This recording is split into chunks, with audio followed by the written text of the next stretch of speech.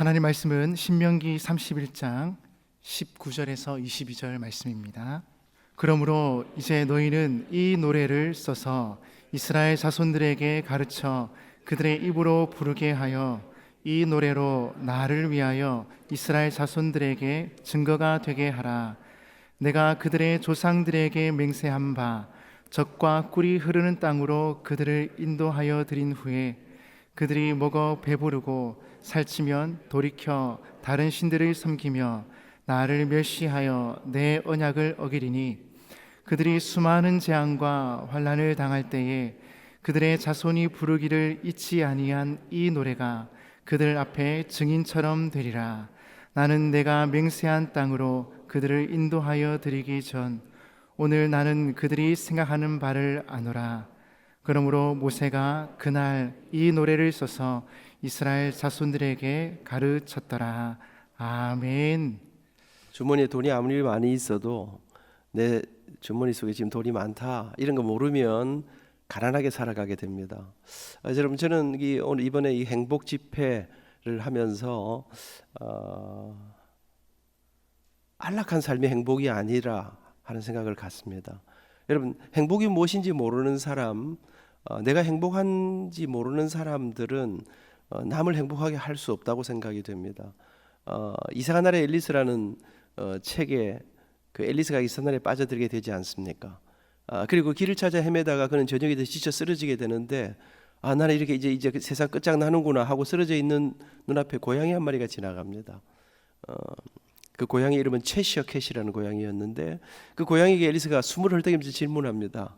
나한테 길을 좀 가르쳐 달라고, 내가 어디로 가야 되는지 길을 가르쳐 달라고 했을 때 고양이가 채시어 캣이 앨리스한테 다시 답을 안 해주고 질문을 하나 던집니다. 너 어디 가니?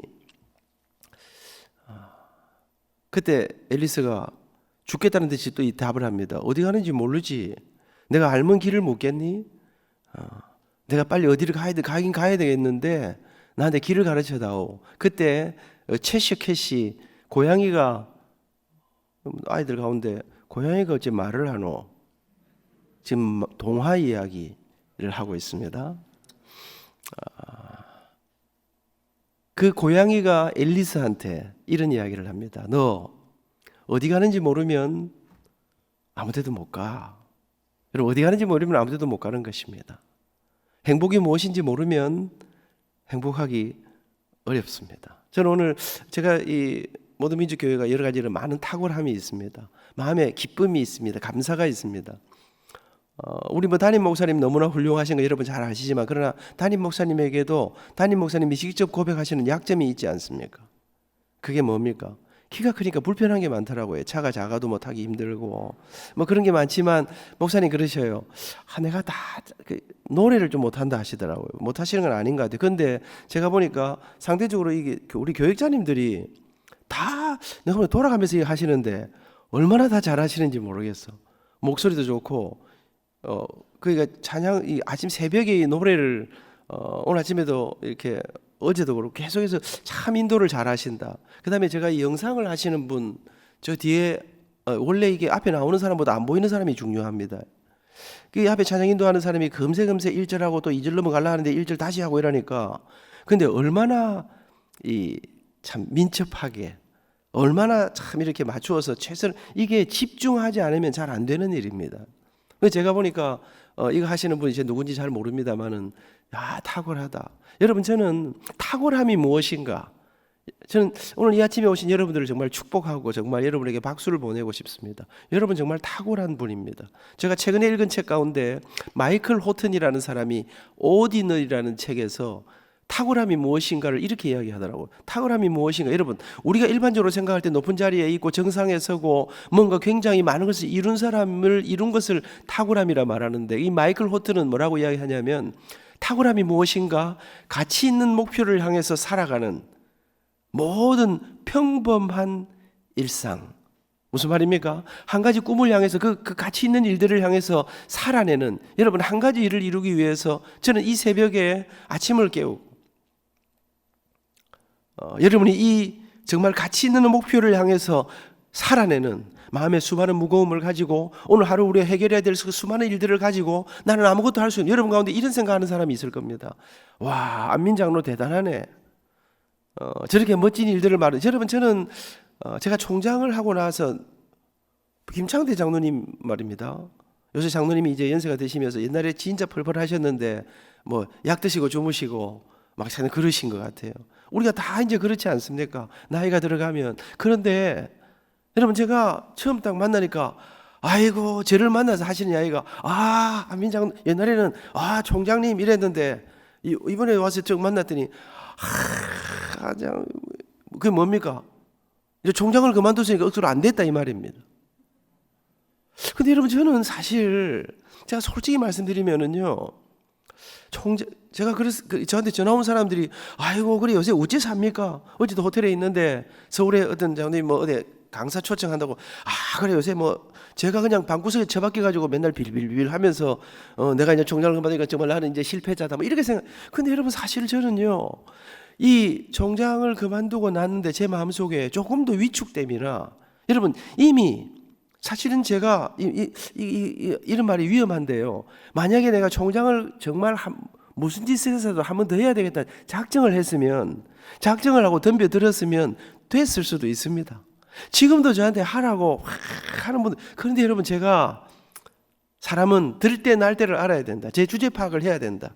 여러분, 제가 여러 가지 상황을 생각할 때 이제는 제가 내려놓을 때라고 생각하고, 제가 그만 사실 저는 솔직히 말씀드리면 총장이라는 그 자리 자체는, 여러분 지방사립대학 총장은 요새 3D 업종 중에 하나 아닙니까? 여러분, 앞으로 해야 될 일이 얼마나, 그리고 그 일들을 하면서 얼마나 여러분 보기에 참 제가 좋아 많은 분들이 제가 언제나 웃고 막 이렇게 하니까, 근데 보이지 않는 그 총장실에서 그 모든 걸음들 속에서 제가 가지는 고뇌, 새벽마다 기도할 때마다 이 가슴 졸이면서 하는 어떤 그런 말할 수 없는 이런 것들 생각하면, 그 자리는 사실은 저한테 이미 엄청 매력적인 자리가 아니에요. 그냥 많은 사람들이 내가 그 자리를 탐할 줄 아는, 그 자리에 대한 욕심이 많을 거다. 그걸 내려놓고 났을 때, 근데 여러분, 저는 내려놓고 나서 요즘 얼마나 이런 삶도. 그런데 여러분, 제가 그러고 나서 접었느냐? 저는 그렇지 않습니다. 무엇이 되는 것보다 어떤 길을 걸어가는가. 제가 지금 무슨 이야기 하는지 아십니까? 와서 앉아 졸고 있어도 여러분은 탁월한 사람들이다. 우리가 그 가치 있는 목표를 향해서 오늘도 한 걸음, 여러분 제가 오늘 저녁에 이런 이야기 하려고 합니다. 한 사람이 아무것도 보이지 않는 그 길들을 향해 그냥 묵묵히 걸어가는, 적어도 한 가지 일을 이루기 위해서 여러분 이 역사를 놀랍게 이루어간 사람들은 어떤 사람들인 줄 아십니까? 변화라는 것이 좀 시간이 걸린다는 것을 깨달은 사람들이, 한 가지 일을 통해서 변화를 주기 위해서는 그 일을 위해서 여러분 지불해야 될 대가가 꽤 많다는 것을 안 사람들이 끝까지 포기하지 않고 그 길을 걸어간 사람들을 통해서, 여러분 변화를 통해서는 얼마나 많은 날들을, 고난의 좁은 길을, 아무도 인정하지 않는 그 길을 걸어가야 된다는 그 것들을 깨달은 사람들이 대가를 지불해 냄을 통해서 한 가지가, 우리는 지금 너무나 평범하게 생각하는 그것들을 이루어내기 위해서 어떤 사람은 20년을, 어떤 사람은 30년을 그렇게 바쳤습니다. 여러분, 저는 옛날에 생각하지 않았던 지미 카터 대통령을 요즘 많이 생각하고 그 책을 읽고 보고 있습니다. 지미 카터는 대통령을 한 번 하고 사실은 인기가 별로 없었습니다. 그리고 두 번째 낙선합니다. 그런데 여러분, 미국의 수많은 대통령 가운데 낙선하고 나서 세계적으로 더 위대하게 된 사람이 지미 카터라는 사람입니다. 아프리카에 지미 카터가 퇴임하고 난 다음에 카터 재단을 세웁니다. 그리고는 그 부인과 함께 지미 카터가 뭐 여러 가지 많은 일을 했습니다. 전 세계에 어렵게 사는 사람들에게 집을 지어주는, 우리나라에도 와서 그 집 짓는 뭐 그런 일을 했었죠. 그랬는데 그가, 여러분 아프리카 사람들 가운데 1년에 350만씩 사람 죽어가는 병이 있었는데 그 기니벌레라고 하는 조그마한 이 기니벌레를 퇴치하는 이거를 위해서 수십 년의 세월을 보냈습니다. 1년에 350만씩 죽어가던 이 일에, 여러분 퇴임하고 나서 가난하고 절망하고 아무도 주목하지 않는 아프리카를 주목하고 그 길을 향해 긴 세월을 보냈습니다. 그리고 지금 여러분, 제가 작년인가 그 기록을 보니까 그렇게 수백만이 죽어가던 것이 이제 우리나라의 천년도 이런 게 다 이제 뭐 없어진 그런 전염병으로 생각하는 것처럼 전 세계에서 기니벌레에 감염된 사람이 14명, 15명. 이제 한 사람이 아무도 주목하지 않는 그 일들을 향해 오랜 세월을 들이니까 적어도 20년, 30년의 세월을 그게 1982년, 3년 퇴임하고 그때부터 시작된 일들이니까. 그러니까 여러분 저는 이렇게 믿습니다. 하나님 앞으로 제가 세계 선교를 위해서 1억 달러를 하나님 앞에 헌금하겠습니다. 그렇게 하고 이제 절제하면서 막 헌금을 모으기 시작했는데 예수님이 재림하셨어. 한 달도 안 지났는데. 그러면 여러분 하나님은 우리에게 어떤 상을 주실까요? 저는 그렇게 생각합니다. 제가 1억 달러를 하나님 앞에 드리기로 헌신하고 한 달 지나고 예수님이 재림하셨는데 저는 우리에게 하나님은 1억 달러에 대한 상급을 주신다고 믿습니다. 아멘을 하면 그게 내기 되는 겁니다. 여러분 저는 우리 고시는 아멘을 잘 하지 않지 않습니까? 근데 저는 어릴 때부터 굉장히 제가 앞자리에 앉아 저는 고시를 거슬러 살아가는, 저는 아멘을 열심히 했습니다. 큰 소리로는 안 했습니다. 그러나 제가 앉아서 목사님 설교하실 때마다 그거를 꼴딱꼴딱 받아 먹습니다. 아멘. 저 말씀은 타이밍이 중요합니다. 여러분 저는 그래서 제가 오늘 이 말씀 드리려고 이렇게 길게 이야기하고 있는데 여러분은 대단하다. 이 새벽을 깨우고 나오신 여러분들은 이미 탁월하신 분들이다. 우리가 어떤 길을 여러분 지금 주무시고 있는 분들은 대단하지 않느냐? 주무시는 분도 대단합니다. 꼭 새벽기도, 저는 여러분 새벽기도를 꼭 안 나오면 꼭 그렇게 생각하지는 않습니다. 그런데 역사를 이루는 어떤 사람들은 남들이 힘들어하는 그 길을 여러분 대가를 지불하는, 제가 정확한 기억이 맞는지 모르겠습니다. 88 올림픽 할 때 100m 달리기에 1등한 사람이 누군지 아십니까? 벤 존슨이라는 사람입니다. 금메달을 받았습니다. 근데 얼마 있지 않아 캐나다의 국영방송에서 여러분 아나운서가 비통한 발표를 하게 됩니다. 100m 달리기에서 전 세계에서 가장 빠른 총알 같은 사나이로 상을 받았는데 금메달을 땄는데 모든 스포트라이트를 다 받았는데 올림픽이 끝나고 얼마 있지 않아 여러분 그를 배출한 그 나라가 그렇게 자랑스러워했던 캐나다 국영방송에서 우리의 영웅 벤 존슨이 올림픽 금메달을 박탈당하게 되었습니다. 그는 약물을 하게 되었습니다. 그리고 그가 했던 말을 저는 잊지 못합니다. 여러분 그전에도 그가 굉장히 좋은 성적을 내었습니다.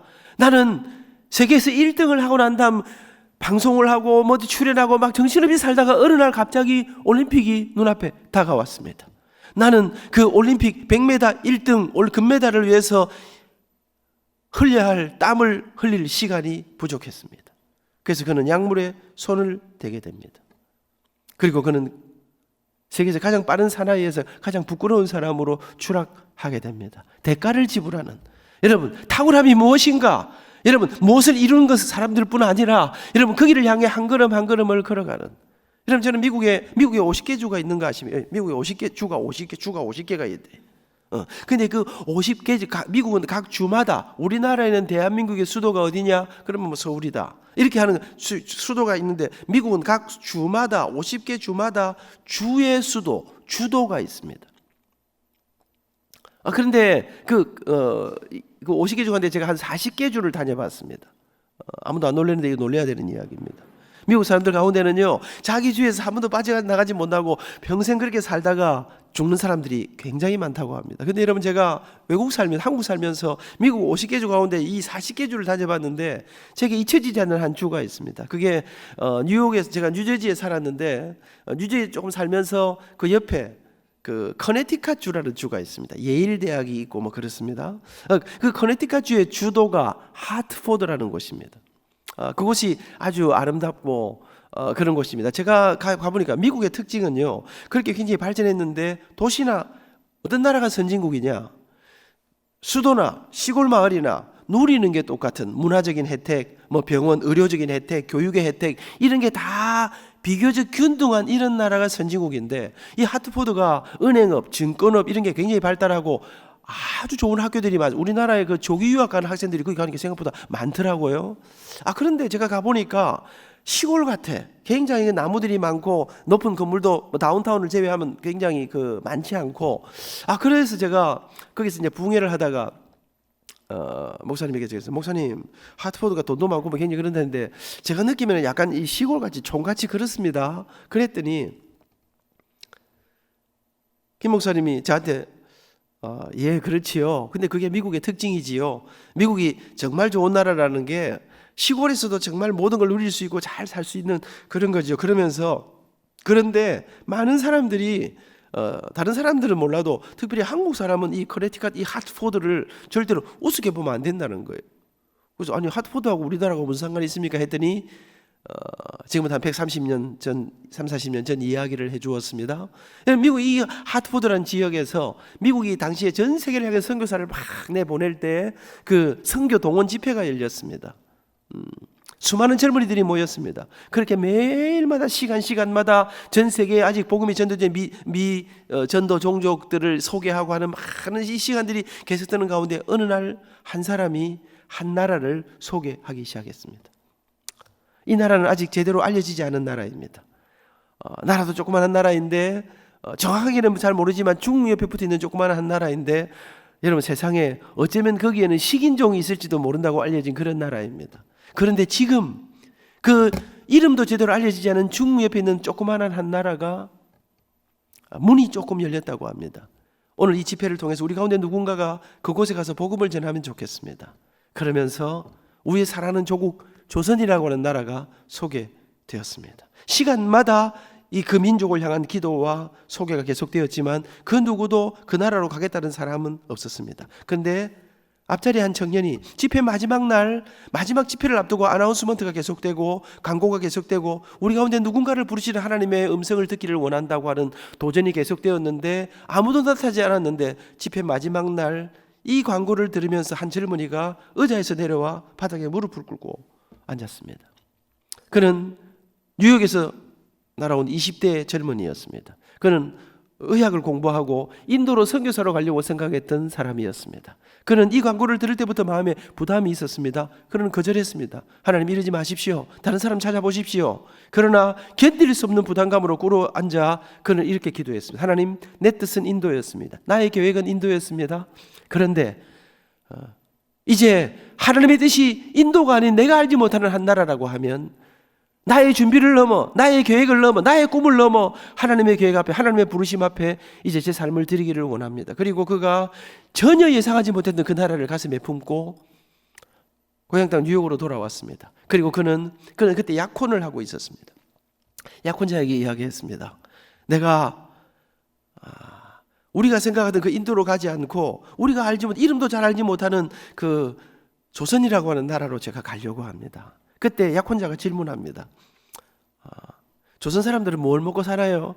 잘 모릅니다. 조선에는 혹시 병원이 있나요? 그것도 잘 모릅니다.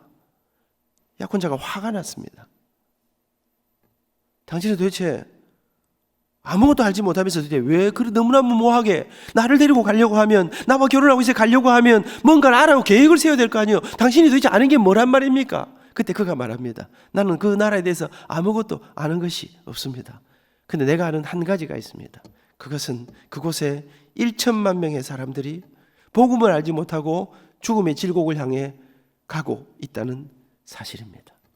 그리고 그는 파혼을 당하게 됩니다. 1882년입니다. 그게.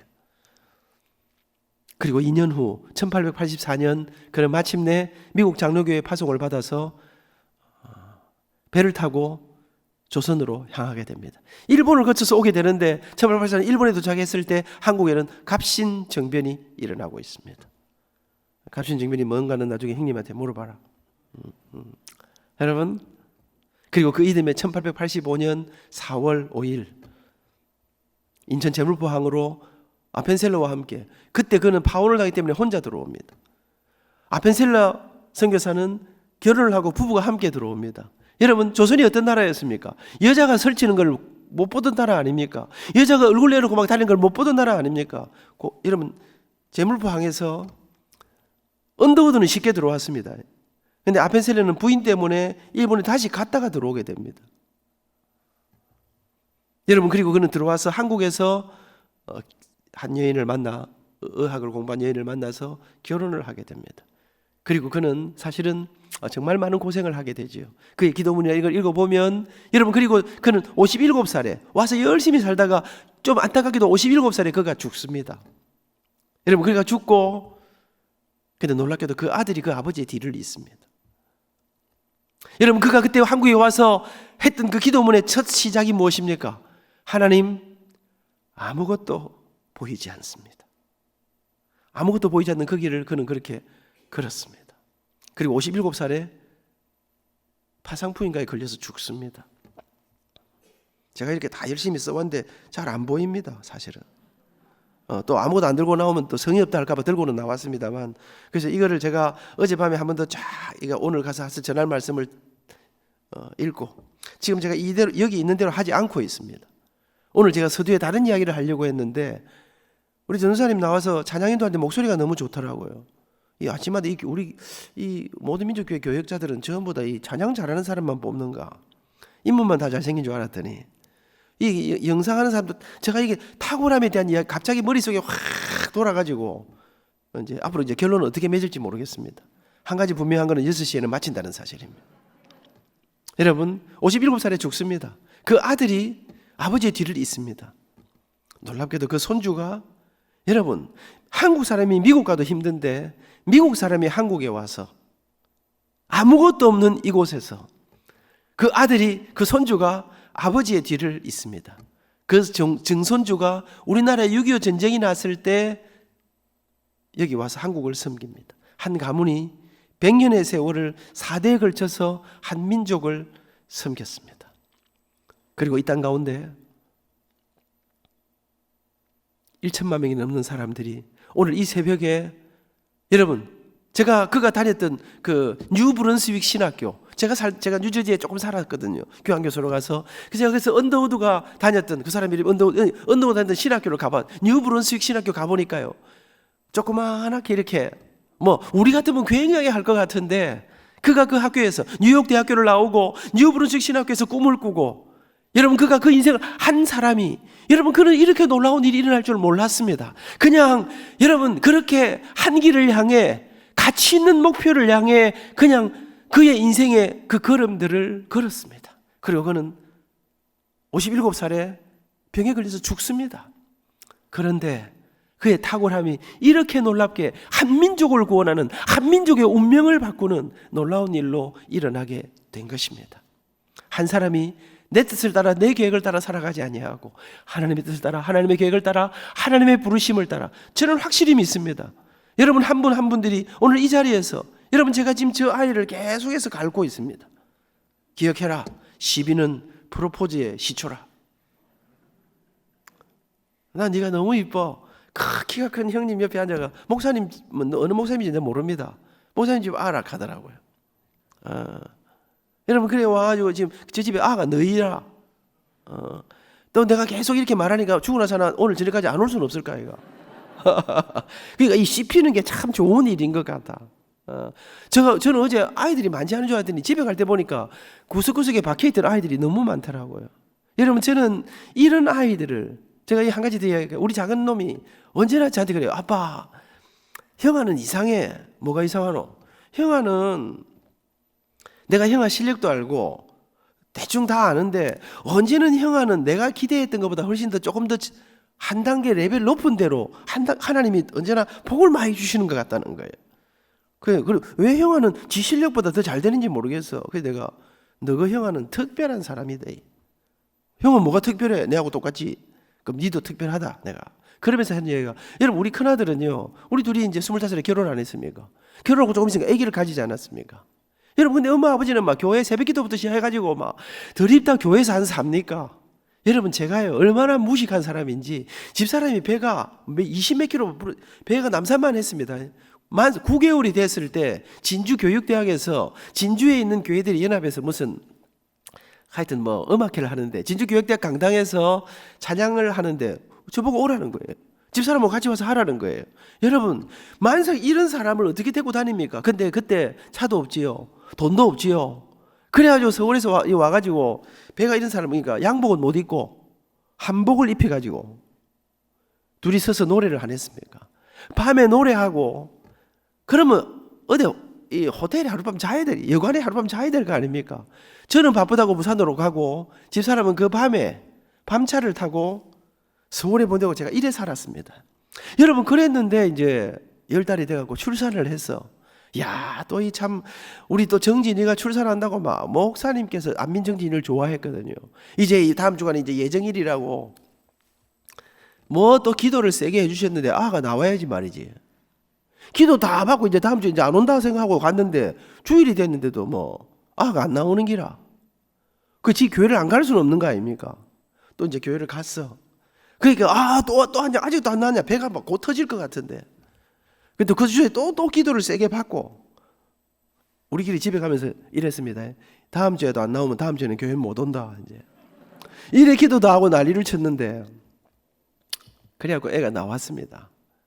여러분 제가 생각할 때 우리 아이가 한 달 딱 지나고 이제 나오고 나서 엄마 아버지 교회 뭐 섬겨야 되고 하니까 여러분 우리 아이가요 그때부터 하여튼 뭐 주일날 와서 핏덩이 같은 아이가 하여튼 교회에서 사는 겁니다. 1살, 2살을 하면서 모든 교회 예배는 다 참석하는 겁니다.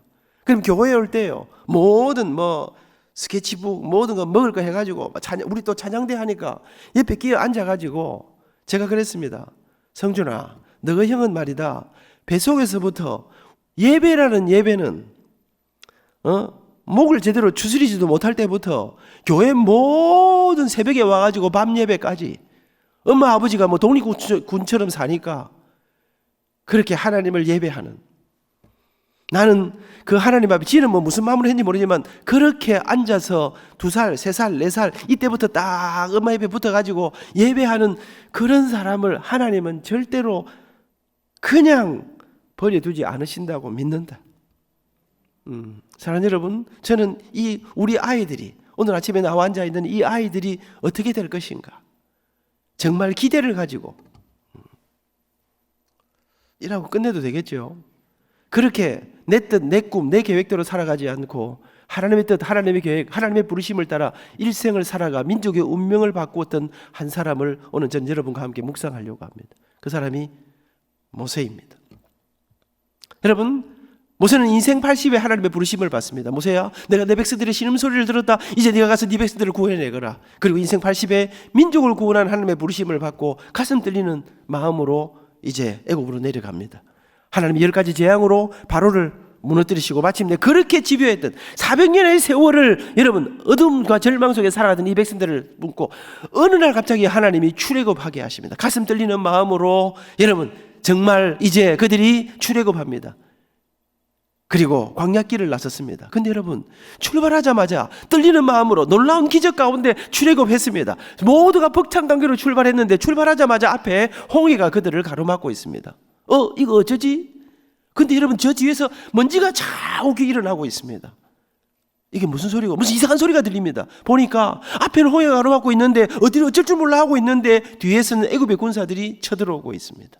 진퇴양난의 위기 속에 이스라엘 백성들이 출애굽하자마자 광야길을 나서자마자 죽는다고 아우성을 칠 때 하나님께서 모세야 지팡이를 내밀어라. 그리고 홍해를 쫙 가릅니다. 그리고 그들이 그 홍해를 건넙니다. 놀랍게도 그들이 건너는 홍해 그 한가운데 애굽의 군사들이 들어와서 거기서 수장됩니다.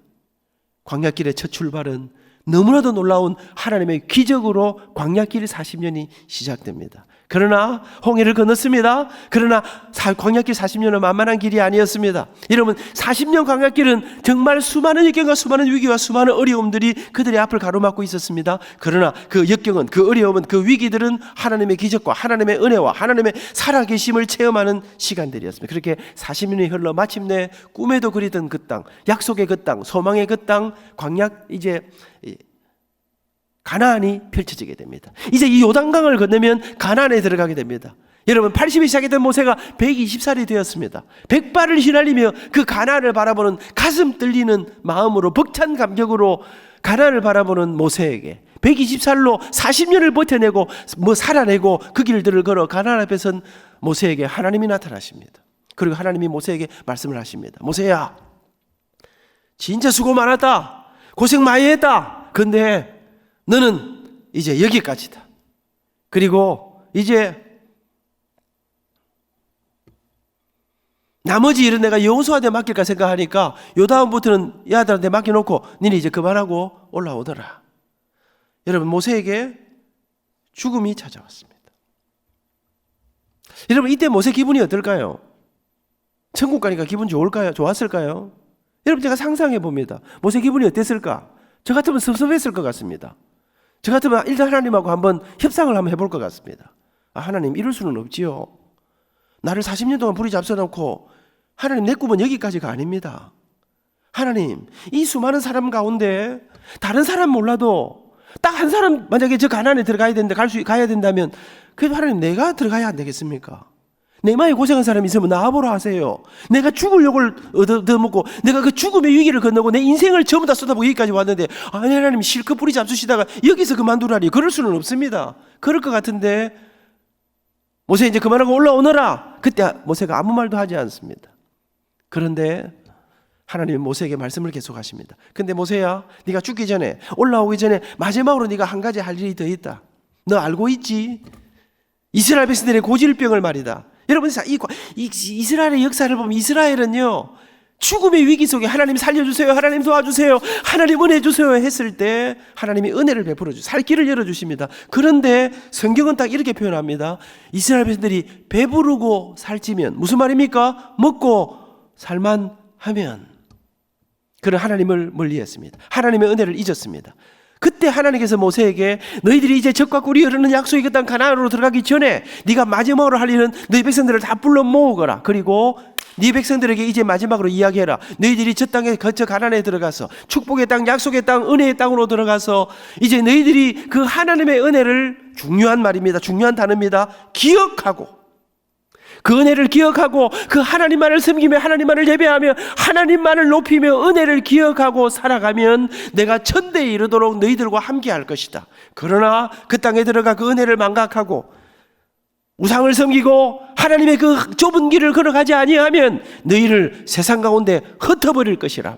이제 저 가나안에 들어가서 어떻게 살아야 되는지를 네 후손들에게 마지막으로 이야기하고 마지막으로 그들에게 그 말을 남기고 너는 이제 올라오더라. 모세에게 마지막 미션, 마지막 사명이 주어졌습니다. 여러분, 저는 이 순간 모세의 마음을 한번 상상해 봅니다. 죽습니다. 모세는 저기는 못 들어갑니다. 섭섭하게도 여러분, 내가 죽을 고생 다 했는데 나는 그 열매를 못 따먹고 내 종 여호수아는 저 안에 들어갑니다. 그런데 하나님이 마지막 말년에 또 나한테 죽는 순간까지 일을 시킵니다. 여러분, 저 같으면 어찌하겠습니까? 이미 심기가 비틀어졌습니다. 하나님, 그거 여호수아한테 하라 하지요. 왜 나더러 하라 합니까? 우리가 또 얼마나 잔머리를 잘 굴립니까? 하나님, 나는 뭐 말년 죽는 데까지 뭐 일만 하다 내 백성들이 내가 이런 소리 저런 소리 하면 내 잡아먹으려고 한 아이들이 얼마나 많은지 아십니까? 나를 돌로 쳐 죽이려고 했던 사람들이 얼마나 많은지 아십니까? 나도 말년에 좀 쉬었다 가면 좋겠습니다. 마지막까지 나를 이렇게 불이 잡사야 속이 시원하시겠습니까? 여러분, 그런 마음 들 수 있지 않겠습니까? 근데 모세는 그 마지막 하나님 주시는 마지막 사명 앞에 알겠습니다, 주님. 그리 하겠습니다. 그리고 모세가 이스라엘 백성들을 불러 모아놓고 마지막 유언을 합니다. 그 유언을 한편의 노래로 부릅니다. 그 한편의 노래가 오늘 읽었던 본문 다음에 나오는 신명기 32장입니다. 사랑하는 여러분, 신명기 32장은 깁니다. 집에 가서 읽으시기 바랍니다. 이제 끝날 때 다 돼가는데 저하고 눈을 맞추시기를 바랍니다. 아이 칸택을 예배 딱 오면 내를 쳐다보는 것보다는 박원일 목사님 보는 게 훨씬 나을 기다. 여러분, 저는 목사님들은 조금 그래도 자기 관리를 좀 하는 게 좋겠다. 이 수많은 사람들이 보고 있기 때문에 박 목사님 그러더라고. 다 이 관상용입니다. 관상이라도 좋은 것. 여러분, 목사님 눈을 딱 쳐다보고 저는 제 마음속에 그렇게 살고 싶다. 일생을 이리 가라, 예. 저리 가라, 예. 이거 해라, 예. 저거 해라, 예. 그렇게 일생을 하나님의 인도하심 따라, 하나님의 말씀을 따라, 하나님이 우리에게 주시는 명령을 따라 그렇게 평생을 순종하며 살아가다가 여러분 120년을 하루같이 여러분 마지막까지 불꽃처럼 일을 하다가 마지막에 내 사랑하는 후손들에게 이 위대하고 놀라운 신앙을 계승하고 마지막에 한 편의 노래를 부르면서 인생을 마감하는 그런 삶, 일하다가 가고 싶다. 마지막까지 그렇게 하나님, 내 생각, 내 계획, 내 자존심 다 접고 하나님의 뜻을 따라 살아가는 그런 인생, 그런 삶을 살아가고 싶다. 그리고 내 후손들에게 나보다 더 놀라고 위대한 그 하나님의 사람으로 하나님의 용사로 살아가는 이 놀라고 여러분 저는 이제 여러분 60이 넘어가면서 제 삶 속에 제 가슴 속에 끊임없이 자리 잡고 있는 게 뭔가 위대한 신앙 계승. 이제 다음 세대를 향해 여러분 제가 제자들하고 이렇게 오지 않습니까? 제자로 노래하러 와 있지 않습니까? 여러분 저는 학교에 다닐 때 아이들하고 매주마다 1시간씩 레슨을 했습니다. 여러분 저는 지금 이곳에 와서 집회를 하면서 저는 이 아이들과 함께 위대한 레슨을 하고 있다. 여러분 저는 이 네헤미야 미니스트리를 위해서 저는 돈이 많지 않은 사람입니다. 제가 받은 퇴직금의 10분의 1을 제가 헌금했습니다. 지난 10번의 네헤미야 미니스트리를 하면서 아이들에게 제가 많은 돈을 주지 온 사람들이 나는 절대로 이제는 우리 제자들에게 그냥 와서 봉사하라. 제가 적어도 여러분 코로나 때문에 우리나라의 모든 음악가들이 세계를 누비던 모든 음악가들이 무대를 다 잃어버리고 정말 죽는 것처럼 살아가고 있습니다. 여러분 제 마음속에 이제 이 아이들에게 그날 했는데 우리 장로님들이 밥을 이렇게 대접을 해주시면서 소프라노 너무 잘했다고 누가 그러시더라고요. 뭐 조수미보다 낫다고. 사실은 뭐 그 정도는 아니거든요. 우리가 다 알거든요. 근데 그 자매가 얼마나 격려를 받았는지. 여러분 저한테 긴 장문의 글을 보내왔어.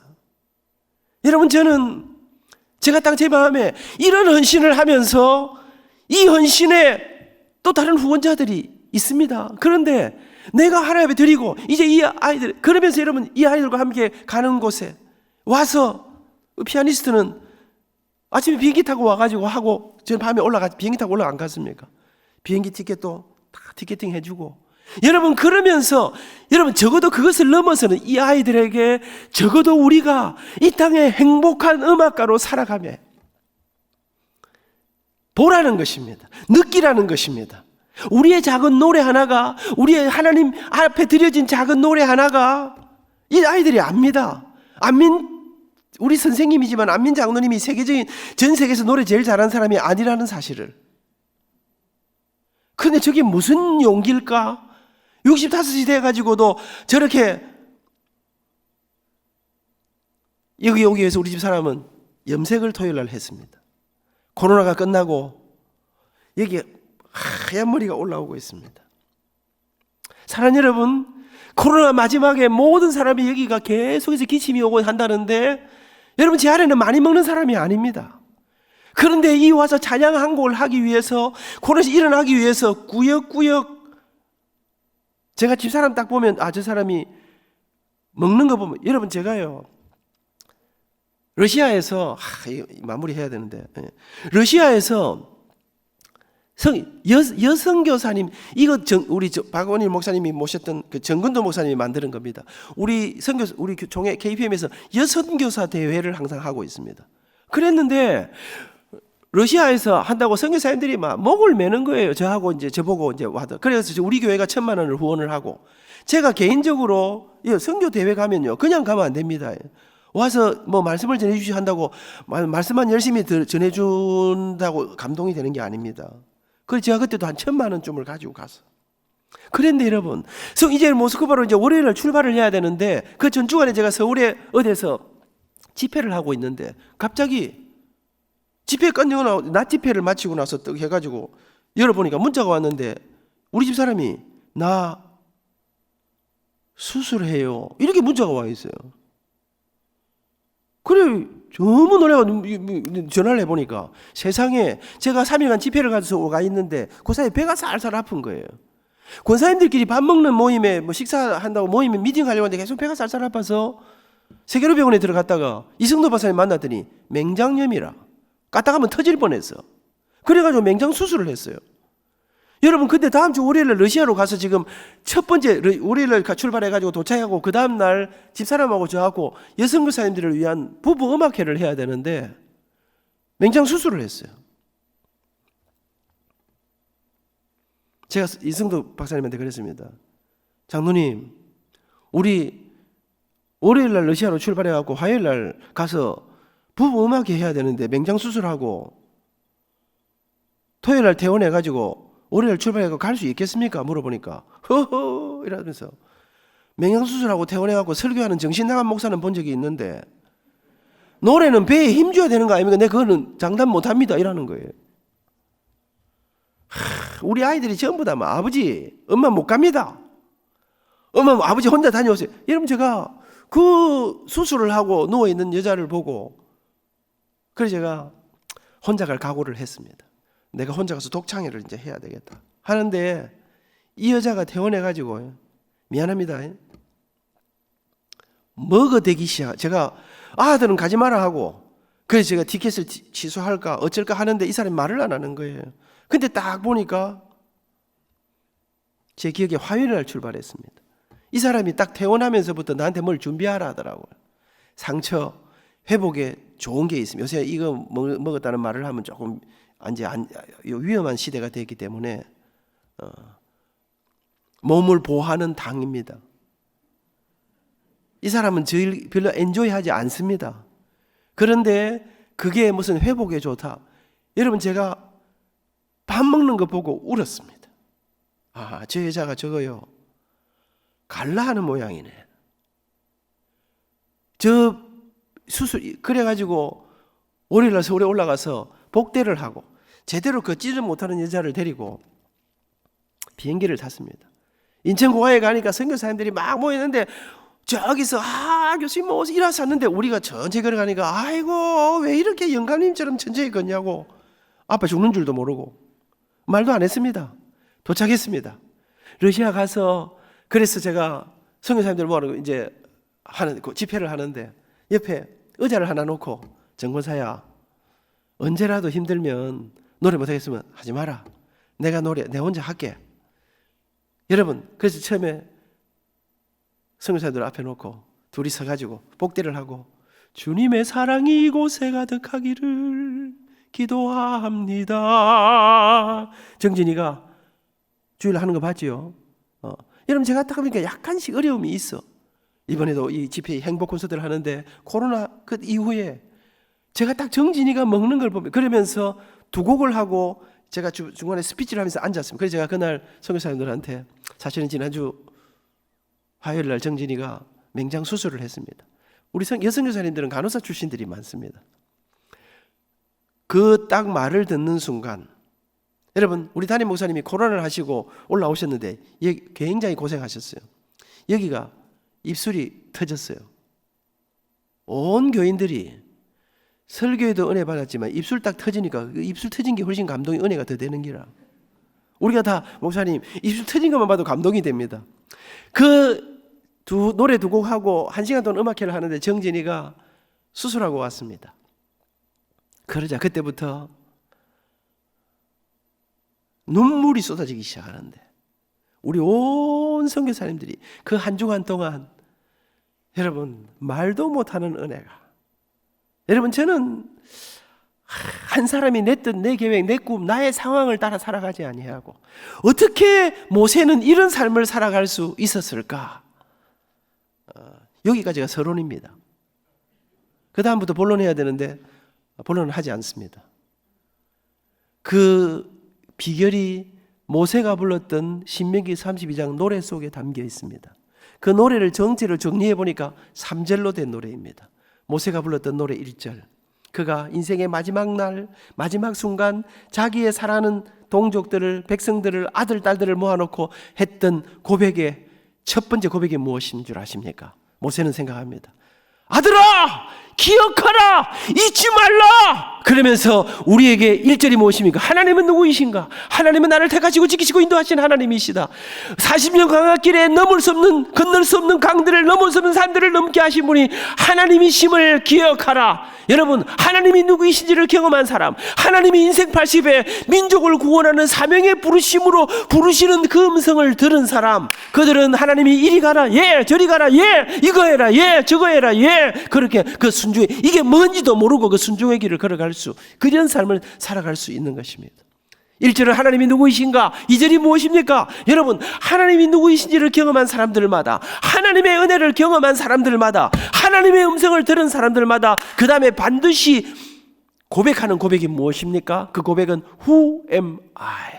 나는 누구인가? 모세는 말합니다. 그 놀라운 주님의 은혜 앞에 너와 나 이스라엘은 누구였던가? 우리는 주님을 대적하고 배역하고 예배하지 아니하고, 한마디로 너와 나 이스라엘은 망할 수밖에 없는, 소망이 없는 인생이었다. 여러분, 광야길 40년을 걸어가는데 어느 날 모세가 십계명 받으러 산에 올라갑니다. 모세가 좀 늦게 내려왔습니다. 그런데 세상에 하나님께서 모세야 빨리 내려가거라, 너희 백성들이 이상한 짓 하고 있다. 모세가 허겁지겁 돌판을 들고 내려오다 보니까 여러분, 아론과 이스라엘 백성들이 세상에 모세가 좀 늦게 내려오자 겁이 났습니다. 성경에 그렇게 써놨더라고요. 겁이 나가지고 여러분, 세상에 하나님이 가장 싫어하시는 금송아지를 만들었습니다. 이 금송아지 앞에 이게 하나님이다, 다 엎드려 절을 하라. 송아지 앞에 절을 하고 있었습니다. 하나님, 모세가 열 받았겠나 안 받았겠나? 받았겠죠. 십계명 돌판을 던져버립니다. 여러분, 모세는 말합니다. 우리에게 하나님은 누구였던가? 하나님은 우리에게 가진 전부를 주던 가장 놀라고 위대하신 하나님이셨다. 근데 그 하나님 앞에 너와 나 이스라엘은 주님을 대적하고 배역하고 예배하지 아니하고 하나님 우상을 섬기고 정말 죽을 수밖에 없는 존재였다. 그러나 모세의 노래 3절이 무엇입니까? 하나님의 징계가 임합니다. 불뱀이 나타나서 여러분 막 이스라엘 백성들을 물어 죽입니다. 죽음의 곡소리가 온 이스라엘이 진동합니다. 모세의 노래 3절이 무엇입니까? 그때 모세가 하나님 내 백성을 살려주시옵소서 할 때 하나님께서 복음을 선포합니다. 노뱀을 달아올리라. 십자가에 달리신 예수 그리스도를 예표하는 노뱀을 달아올리고 불뱀에 물려 죽어가는 모든 백성들에게 노뱀을 쳐다보면 산다. 복음이 선포되었습니다. 초등학교 3학년 물어보자. 복음이 선포되었습니다. 불뱀에 물려 죽어가는데 노뱀 쳐다보면 산다. 그 이 선포되니까 뱀에 물려 죽어가던 사람들이 쳐다봤겠나 안 쳐다봤겠나? 쳐다봤겠지. 쳐다봤습니다. 쳐다보면 어찌 되노? 살아났습니다. 근데 어느 나라나 어느 시대나 어떤 인간들이나 요 약간 소심파들이 또 있습니다. 나는 목에 칼이 들어와도 내가 안 쳐다볼 게다. 안 쳐다보면 어찌 되노? 죽습니다. 아버지가 밖에 나도 들어오니까 아들이 뱀에 물렸어. 근데 이 자식이 방구석에서 안 쳐다보고 죽어가고 죽어가고 있어. 야야, 저 노뱀 쳐다보면 빨리 산단다. 빨리 쳐다보거라. 아들이 도끼눈을 두고 아버지, 그동안 이래 살다가 인생 뭐 있습니까? 짧고 굵게 확 살다가 끝내는 거지. 뭐 쫀쫀하게. 나 지금 모세 말 안 듣습니다. 난 저거 안 쳐다보고 노뱀이고 불뱀이고 다 싫습니다. 나는 안 쳐다보고 그냥 확 인생 사실 끝낼 깁니다. 그때 아버지가 어쩌겠노? 아이고 뭐 네 뜻이 그러면 어쩌겠노? 네 막걸리 살다가 죽을 비리라. 그래 하겠나 아버지가? 어찌해야 되겠노? 목을 비틀어야지.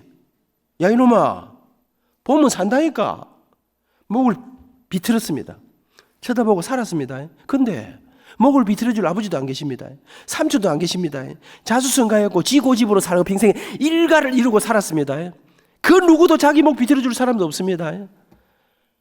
그래, 나는 이래 살다 죽을 게다. 그런데 너무 아픈 거예요. 으악! 뒹굴다가 실수로 쳐다봤어. 나는 보려고 생각 안 했어요. 나는 안 보기로 결정했어요. 근데 나도 모르게 실수로 쳐다봤어. 살았겠나 죽었겠나? 사랑하는 여러분,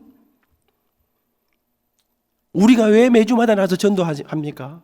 이 세상 사람들은요, 이 놀랍고 위대하신 예수 그리스도의 십자가의 복음이 선포되었지만 그들은 잘 믿지 않습니다. 그래서 우리가 멱살을 잡고 데리고 와. 어느 날 여러분, 혹 아직도 못 믿는 분, 새벽까지 나왔는데도 그런 분 계십니까? 어느 날 보이는 날이 있습니다. 모세의 노래 3절이 무엇입니까? 모세, 높이 달린 노뱀을 기억하라. 역대의 연대를 기억하라. 무슨 말입니까? 여호와 하나님만이 이스라엘의 소망이심을 기억하라. 이스라엘 백성들이 가나안에 들어갑니다. 일대 하나님을 섬겼던 1대 2대들이 다 죽습니다. 그래서 후손들 가운데 다시 가나안의 신들을 섬기는 하나님을 거역하던, 그리고 이스라엘은 마침내 바벨론의 포로가 되고 아수르의 포로가 됩니다. 그때 포로로 잡혀갈 때 믿음의 어머니 아버지들이, 모세 할아버지가 남겨준 이 광야의 노래를, 찬송을 가슴에 품고 떠나 이 아이들에게 아침마다 포로로 잡혀간 그 자리에서 가르칩니다. 하나님은 누구이신가? 우리는 어쩌다가 이렇게 되었는가? 그러나 아들아 기억하거라. 주님 말씀하시기를, 그러나 너희가 그 포로로 세상 가운데 흩어져 있다 할지라도, 그러나 너희가 다시 돌이키기만 하면 내가 약속한 그 땅으로 다시 돌아오게 하리라. 아들아, 예루살렘을, 시온을 절대로 포기하지 말아라. 그들은 울면서 이 노래를 가르쳐 부르게 하였습니다. 70년이 지나고 하나님은 그들을 다시 돌아오게 하십니다. 한 사람이 내 뜻을 따라 내 계획을 따라 살아가지 아니하고 하나님의 부르심을 따라 살아갈 때, 여러분, 모세는 평생을 죽을 고생하면서 살았습니다. 일생을 안락하게 호의호식하며 살아가는 게 행복이 아니라 그 부르심의 사명을 따라 자기 자신을 드림으로 민족의 운명을 바꾸는, 포로로 잡혀갔을 때 모세 할아버지가 남겨준 이 노래를 가슴에 품고 다시 주님 앞으로 돌아오는, 다시 노뱀을 쳐다보는 사랑하는 여러분, 특별히 존경하는 우리 사랑하는 장로님들, 저는 은퇴하신 우리 장로님들을 뵐 때마다 혼련이 그렇게 지나고 또 밑에서 올라옵니다. 장로님들 세월이 빨리 안 지나갑니까? 이 장로님, 우리 장로님들 곧 밑에서 치고 올라올 겁니다. 그리고 우리는 기꺼이 하나님이 맡긴 사명들을 감당하다가 오늘보다는 내일이 더 아름다운 교회, 우리 바모사님과 함께 정말 저는 제가 다 많이 딱 여러분 교회를 보니까요, 모든 민족교회는 한 번 새로운 부흥의 파도가 몰려올 만한, 여러분 마스크를 벗고, 지금은 우리가 마스크 벗고 마음껏 다 모여서 교회에서 마음껏 눈치 안 보고 밥 먹고 예배 마음껏 드릴 수만 있으면 얼마나 좋겠노 싶으지요. 마스크 벗고 나면 또 그때가 언젠고 싶습니다. 이스라엘이 그랬던 것처럼, 모세가 불렀던 광야의 노래, 여러분이 그렇게 사명을 따라 살아가는 행복자로 이 땅에 정말 그 탁월함으로 그 길을, 그 좁은 길을 걸어내는 그런 사람으로 오늘 하루도 우리의 삶의 현장에서 만만치 않지만 승리하고, 오늘 저녁에는 진짜 제가 짧게 하려고 생각합니다. 8시 50분에 마치고 딱 집에 확 갚일 겁니다. 떠날 때는 말없이 빨리빨리 끝내고 가려고 생각하는데, 여러분, 우리 인생이 남의 이야기가 아니라, 안민 교수의 이야기가 아니라, 다른 사람들의 이야기가 아니라 바로 그 행복을 우리의 삶으로 살아내는 여러분은 탁월한 분들입니다. 이미 여러분은 그 위대하고 놀라운 길들을 향해 아름다운 그 여정들을 걷고 계신 분들이십니다. 여러분을 응원하고 여러분을 축복합니다. 기도하겠습니다.